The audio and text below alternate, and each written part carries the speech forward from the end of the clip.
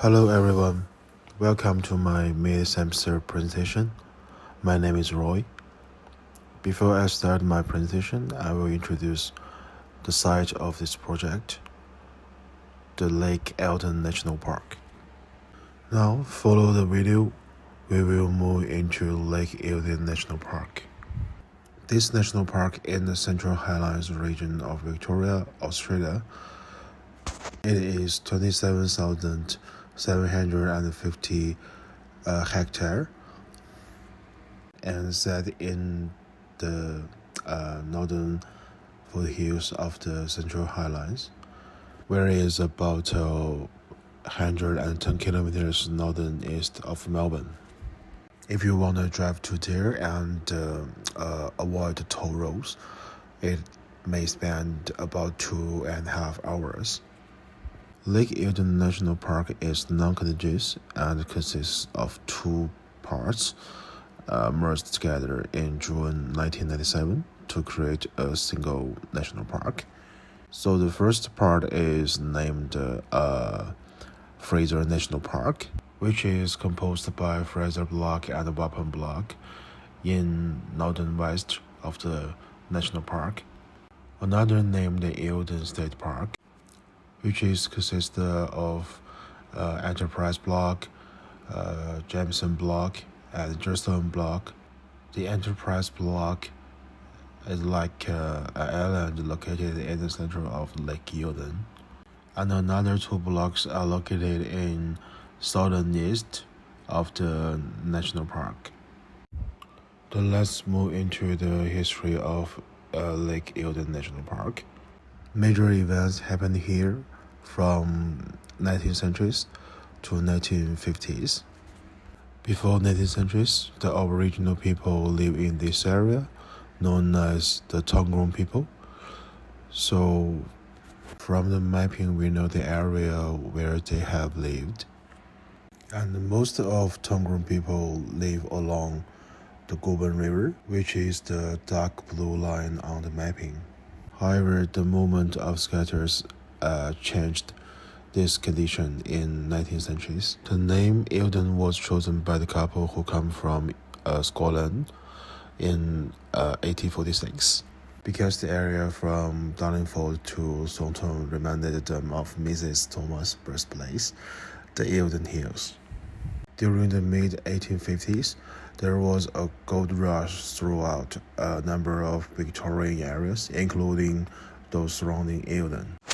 Around 1855, gold was first found from Darlingford by an old prospector who named Enoch Howe, as well as his name used as a place name in Lake Eildon. After gold was discovered, the small town of Darlingford was established in the 1860s. The area was noted as having large potential for water storage due to the tributaries and elevation of the deep valleys. In the early 1900s, the development for Lake Eildon got underway by the state government. The construction of the Sugarloaf Reservoir between 1915 and 1929 resulted in the flooding of Darlingford, which is still submerged beneath the lake. This construction is commissioned for less than a year when it was deemed too small, and it was modified in 1929 and again in 1935 to increase the storage capacity. However, it was still limited in its capacity to meet the growing demand for water in Goulburn Valley and to protect farmers during drought years. In 1951, construction of the Greater Eildon Dam commenced and was completed in 1956. And the dam was opened on the 19th of October 1956. Until now, Lake Eildon is Victoria's most popular inland waterway for recreational boating activities. In addition to the Aboriginal culture, Lake Eildon has also found a unique regional culture. The culture in Eildon Lake is like camping, boating, and recreational. The history of camping in this area is over 50 years, same as the boating. In 1950, 25 founding members formed the Lake Eildon Boat Club. In this park, there are a lot of activities, so people can fishing, walking, and hiking, enjoy the mountain bike, and play the wakeboarding. Then this part is about the site analysis. From top line, the first map shows the context of Lake Eildon with the surrounding local government areas of Marindindi Shire and Mansfield Shire. Then the other pictures is about the data in this study site. In top line is about the slope. The third one is the elevation. The last one is topographic fluctuation. The second line pictures from left to right are point of entries, transportation, pollution, and aspect. Aspect analysis means that the surface of the mountain faces to air, which is a good way to explore sunshine, solar, and wind direction. And the second line from left to right are wind speed. The unit is meters per second.